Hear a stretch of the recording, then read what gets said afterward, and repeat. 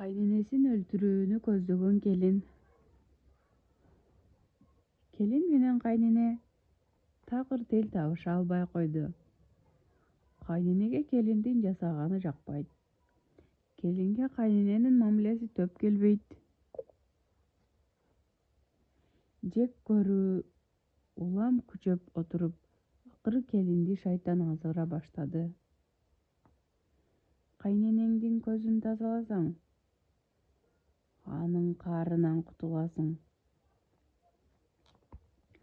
Ансыз да анын ичер суусу көрөр күнү аз калды. Келиндин чындап эле ниети бузулду. Бир күнү ал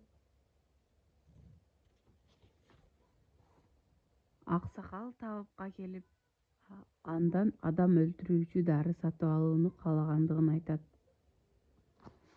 Аксакал: "Аны эмне кыласың, кызым?"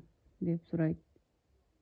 Келин кайненеси менен болуп жаткан окуяны төкпөй чачпай айтып, андан кутулуунун мындан башка айласы жок, дейт. Аксакал ага макул болуп, кичинекей баштыкка салынган чөп дарыны алып чыгат да: "Кызым, бул дарыны күн сайын кайненеңдин тамагына аз-аздан кошуп бергин. Бир канча убакыт өткөн соң бул дары таасирин тийгизип, кайненең каза болот жана сенден эч ким күмөн санабайт. Анан да ал сени байкап калбасы үчүн тамакты абдан даамдуу жаса жана кайненеңе жакшы мамиле жаса", дейт. Келин сүйүнүп дарыны алат да үйүнө кетет. Ошол күндөн баштап кайненесине тамак жасаганда дарыдан бир аз кошуп коет. Кайненеси күмөн санап калбасын деп тамакты абдан даамдуу жасайт. Кайнене эмне десе ошого макул болуп жакшы мамиле кылууга өтөт. Күн өткөн сайын келининин мүнөзү өзгөрүп,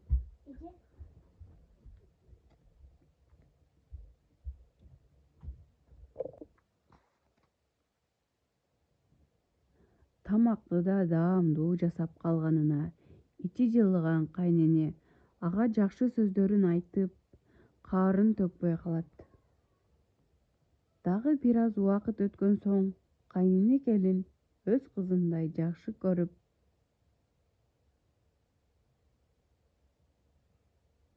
эркелетип, бап эстей баштайт.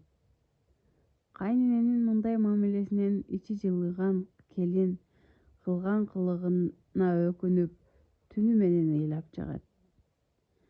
Кайненесин өлүмдөн кантип алып калуунун жолун издейт. Акыры баягы табыпка кайра келет. "Эмне болду, кызым?